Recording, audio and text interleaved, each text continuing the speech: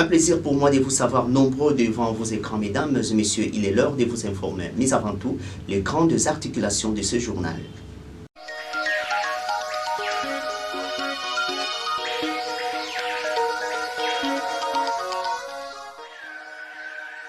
Développer l'entrepreneuriat de croissance au travers de chaînes de valeur au cœur d'un atelier de formation organisé par l'ANAPI en partenariat avec l'ANADEC.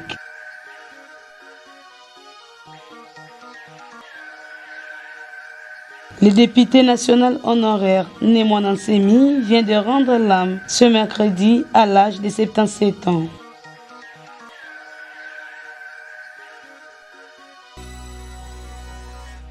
Bienvenue dans cette session d'actualité. Avance en eau profonde, Duk in Altum.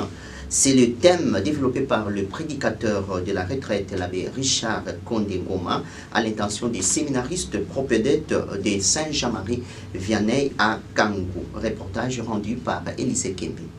Chaque année, la retraite des séminaristes propédètes s'articule autour d'un thème spécifique qui donne une direction commune à toutes les méditations et activités proposées dans les programmes. Ce thème sera l'occasion de favoriser la croissance dans la vie spirituelle de chaque participant. Pour l'accompagnement spirituel des séminaristes propédètes de l'année académique 2023-2024, le thème choisi de la retraite s'intitule comme suit « Avance en eau profonde, Duk in Altum ». Luc 5-4.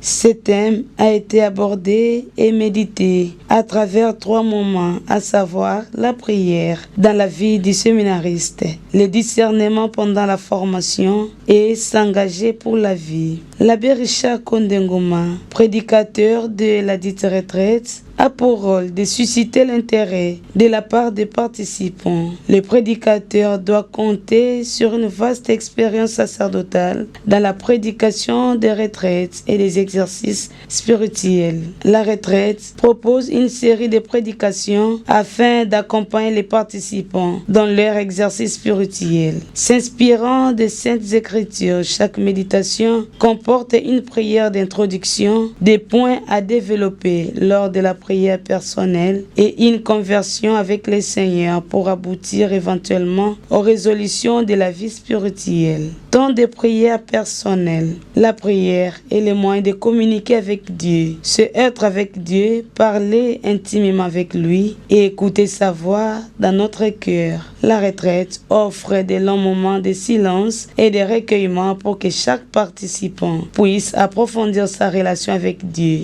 Ces temps de méditation est aussi un excellent moment pour examiner sa conscience à partir des thèmes développés pendant la prédication de la retraite, a insisté l'abbé Richard Kondengoma, l'officiant du jour.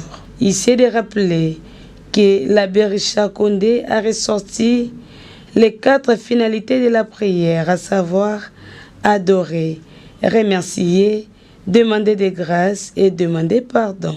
C'est dans un climat de prière que cette activité a eu lieu dans cette partie du diocèse de Bouma. D'une retraite à une autre, parlons celle des futurs prêtres du grand séminaire provincial Abbé Philippe Nguidi autour du thème « Les séminaristes appelés à la conversion écologique » développé par l'abbé Jean-Patrick Mabiala. C'est depuis le dimanche dernier que les séminaristes du grand séminaire Abbé Philippe Nguidi sont en retraite. Les séminaristes appelés à la conversion écologique, c'est le thème développé par l'abbé Jean-Patrick Mabiala. Sous-thème, pour travailler, prier et louer Dieu avec la création. Plusieurs points ont été développés, à savoir les plans de la création dans la Bible permettent de voir ce que Dieu a voulu de cette terre. Les récits du livre de Genèse nous révèlent qu'il y a 3 relations d'existence humaine, à savoir la relation de l'homme avec Dieu, la relation de l'homme avec son prochain et la relation de l'homme avec la nature. Les récits de Caïn et Abel, où on voit concrètement détruites ces 3 relations. Depuis lors, l'homme se considère comme maître de la vie lui-même. La deuxième partie était consacrée à la destruction de notre milieu de vie par l'homme. La politique, la culture de déchets, le gaspillage d'eau et d'électricité, la médisance entre humains pour les jeunes en formation. Il s'est de rappeler que le séminaire est un milieu où les jeunes doivent se convertir. Une conversion des cœurs doit être déjà à la fois individuelle et communautaire. La conversion dans la pratique chrétienne pour mieux soigner la relation entre les autorités et les êtres vivants. Restons au grand séminaire Abbé Philippe Nguidi pour suivre les directeurs spirituels de cette maison de formation des futurs prêtres, l'abbé Polydore Nkwanga, qui parle du choix du thème intitulé « Le séminariste appelé à la conversion écologique ». Suivez. Le séminaire, c'est une maison de formation qui forme les futurs prêtres. Nous sommes des prêtres aujourd'hui. Les séminaristes ne sont pas des prêtres, mais sont des futurs prêtres. Ils viennent pour une formation, comme Jésus lui-même a appelé les apôtres. Et avant qu'ils soient envoyés, ils recevaient une formation. Et le séminaire, dans sa politique, la première semaine, dès la rentrée, la première semaine, est consacrée à une retraite annuelle qui prépare les séminaristes à affronter l'année académique et spirituelle. À la fin de cette retraite, généralement c'est Monseigneur ou un délégué qui vient pour lancer officiellement l'année. Et cette année, nous avons choisi ce thème. En fait, le monde tel que nous le vivons aujourd'hui connaît beaucoup de problèmes, beaucoup de drames. Et le choix de ce thème, c'est aussi pour interroger Dieu et faire un pas en arrière, aller à la création. Qu'est-ce que Dieu a voulu? Comment Dieu a créé le monde?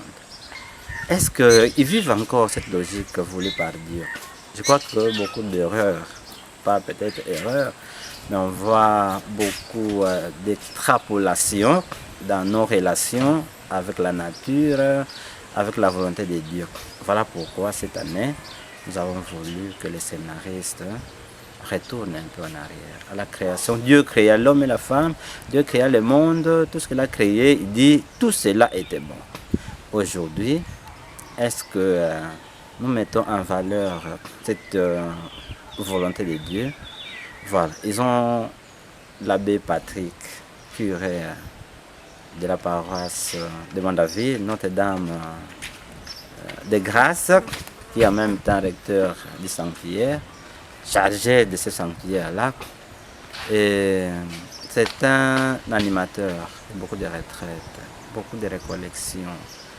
Et un ancien recteur, nous avons préféré cette année qu'il soit au début de cette année académique et spirituelle, accompagner ces jeunes, demander à ces jeunes la prise de conscience, qu'ils sachent où ils vont, ils viennent d'où et pourquoi l'Église voudrait qu'ils commencent toujours, chaque année par une retraite. C'est un ressourcement. On dit que c'est un ressourcement spirituel. Ils viennent de vacances. Quand ils arrivent, ils nous apportent les rapports. Et aujourd'hui, je suis très content parce que l'Église célèbre la fête de Saint-Luc, évangéliste, apôtre, messager de la bonne nouvelle, envoyé par Dieu. Jésus, avant d'envoyer, il appelle d'abord. Avant d'envoyer, ils forment d'abord. Et donc, c'est ce temps de formation qu'ils apprennent. Parce qu'ils vont venir vers vous, les fidèles du Seigneur, prêcher, annoncer cette bonne nouvelle qui consiste à apporter le salut et la paix.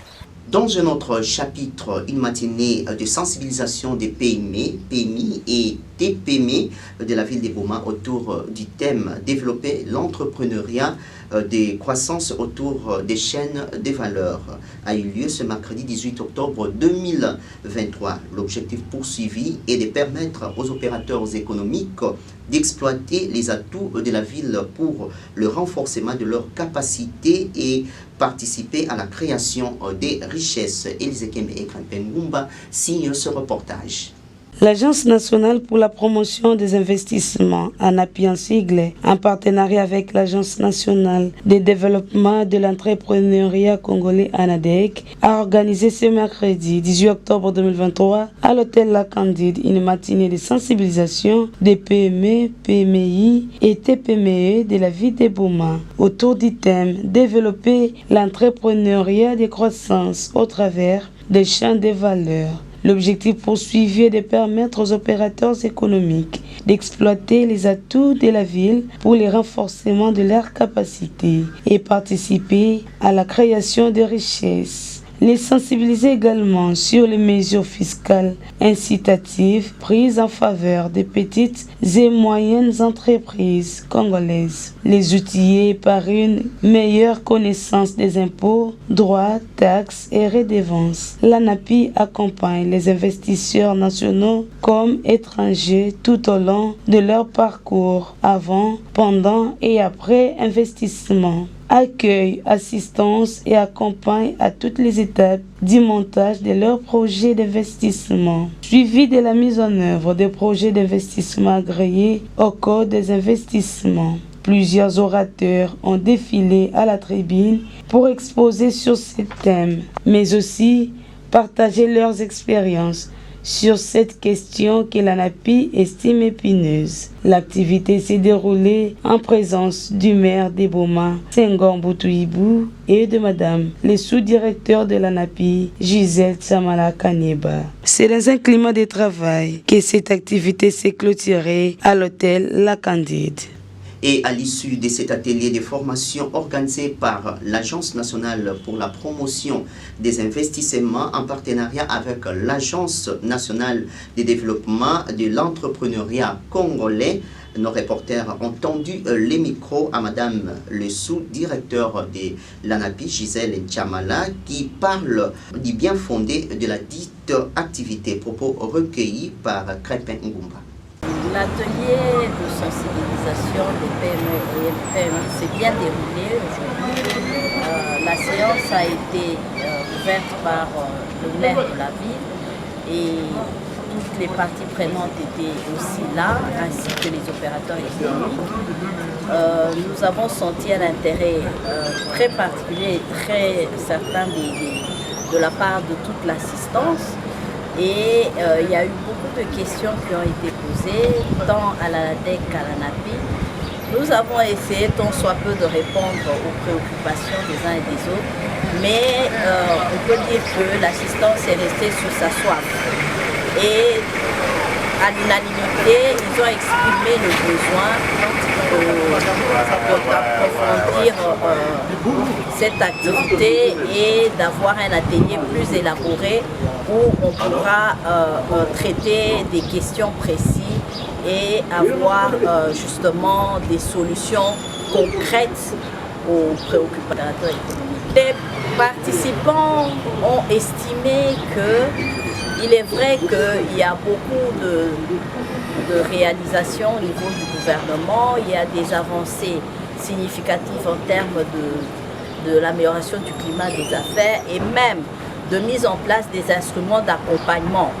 Mais l'appropriation au niveau de Boma n'est pas très effective. Pourquoi? Parce qu'ils se disent que les services qui accompagnent n'évaluent pas concrètement les retombées justement de toutes les bienfaits ou bien les acquis de justement de certaines lois et même des facilités et des avantages qui sont mis à la disposition des opérateurs économiques. Ce n'est pas bien évalué et sur le terrain, ils se rendent compte qu'il n'y a pas de retombées significatives.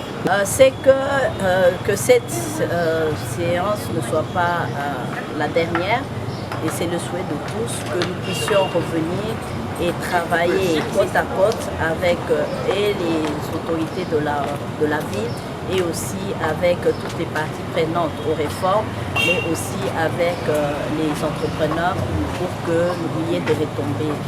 C'est ça. Donc nous avons nous sommes mis d'accord de pouvoir programmer d'autres activités. Et donc nous reviendrons encore ici pour organiser d'autres activités. Collation des grades académiques, session 2022-2023 à l'Institut supérieur technique et commercial ISTC Boma. La cérémonie a eu lieu ce mercredi 18 octobre 2023 dans la salle Saint-Antoine. Gisèle Moïse signe ce reportage.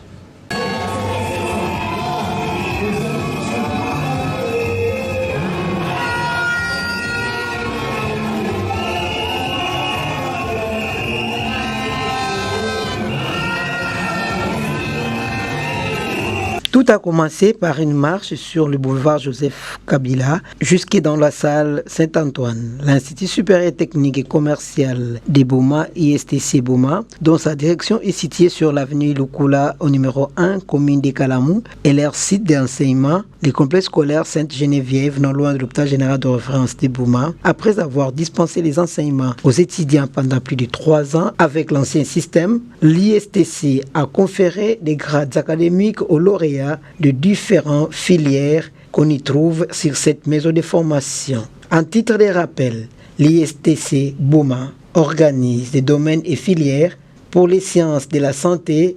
Il y a le sage-femme, les sciences infirmières, soins généraux, biologie et médicale technique des laboratoires, pour la gestion commerciale, comptabilité et finances, fiscalité et douane et accises, entrepreneuriat et gestion des entreprises, informatique de gestion pour le génie industriel mécanique, pour le développement rural, technique rural, environnement et développement, pour la formation professionnelle, déclaration douanière et officier de police judiciaire OPJ en abrégé. Papa, maman, frères et sœurs, amis et connaissances se sont rendus dans la salle Saint-Antoine pour partager la réussite de ces lauréats de l'année académique 2022-2023.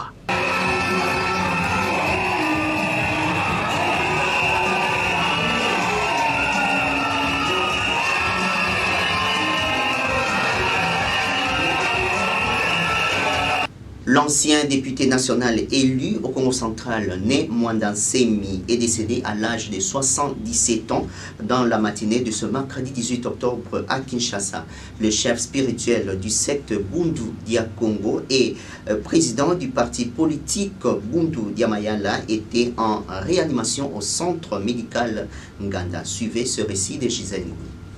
Le leader politico-religieux de Bundu Dia Mayala, né Mwanda Nsemi, est décédé ce mercredi 18 octobre à Kinshasa à l'âge de 77 ans, confirme des sources concordantes. Le chef de Bundu Dia Congo était frappé par un AVC depuis juillet dernier. C'est au centre médical Nganda où il était en réanimation qu'il est décédé.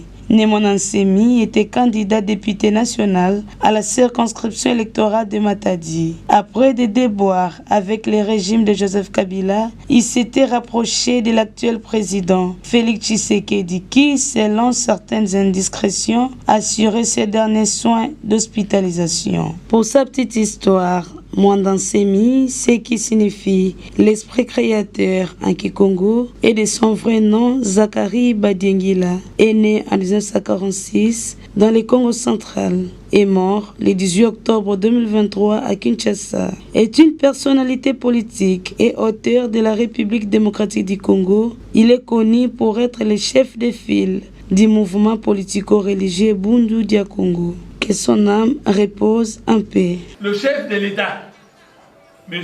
Étienne Tshisekedi, dit souvent le peuple d'abord. Et moi, j'étais tranquillement chez moi. Le peuple du Bas-Congo s'est réuni. Il a dit la province, ça ne marche pas. Or, nous savons que Mwanda Nsemi, c'est un type sérieux. Il a été au Parlement. Il a été le seul député incorruptible du régime du président Mobutu, du président Kabila. Alors, le peuple Congo, vous m'entendez? Le peuple Congo a fait une pétition. Des milliers de pétitionnaires ont décidé que Mwanda Nsemi puisse devenir le gouverneur du Congo central. Que retenir de l'ancien député national et du leader du parti Bundu Yamayal, né Mwandansemi, qui a tiré sa révérence ce mercredi 18 octobre dans la matinée? La réponse avec le président de l'élite non héritière, Melchior Touadi.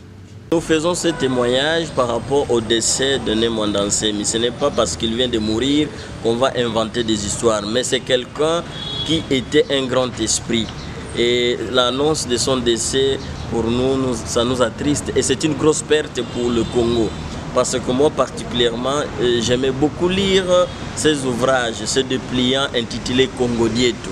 Et aujourd'hui, Né Mwandansemi, c'est quelqu'un qui avait plusieurs dimensions. C'est un grand scientifique, un religieux et un grand panafricain que nous venons de perdre, qui tenait beaucoup à la défense de la culture Congo et de la race noire. C'est quelqu'un qui était pétri de sagesse. Et je peux même me rappeler de quelques-unes de ses célèbres citations.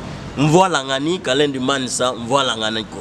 Donc c'est quelqu'un qui aime nous rappeler qu'on ne peut pas mettre fin au désordre par les désordres. C'est quelqu'un qui aime nous dire que Didi Oku Dindoudi, Lundila, va foum. C'est quelqu'un qui aime nous répéter que malheur à ceux qui comprennent en retard. Et nous osons croire que cet héritage sera pérennisé et nous qui sommes encore jeunes, à nous de nous inspirer de son côté positif pour pérenniser son combat. Et nous osons croire que les Congolais de manière générale et les Bakongo en particulier, nous allons lui rendre un hommage digne de son rang, parce que c'est quand même quelqu'un, même sur le plan politique, qui avait vraiment un ancrage et une personnalité. Quelqu'un qui se fait élire à Luozi, mais en même temps à Kinshasa. Et avant même de mourir, il s'est présenté candidat à Matadi. Donc c'est vraiment un personnage emblématique qui vient de nous quitter. Et nous ne pouvons garder qu'une pensée pièce par rapport à tout ce qu'il a été sur la terre des vivants. Mesdames et messieurs, c'est par cet élément que nous venons de terminer ce journal du mercredi 18 octobre. Mais avant de nous quitter, place à présent au rappel des grands titres.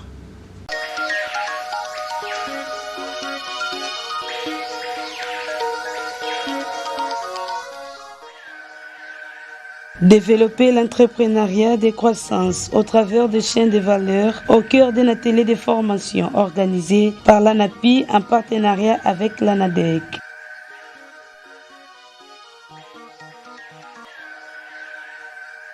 Le député national honoraire Né Mwandansemi vient de rendre l'âme ce mercredi à l'âge de 77 ans.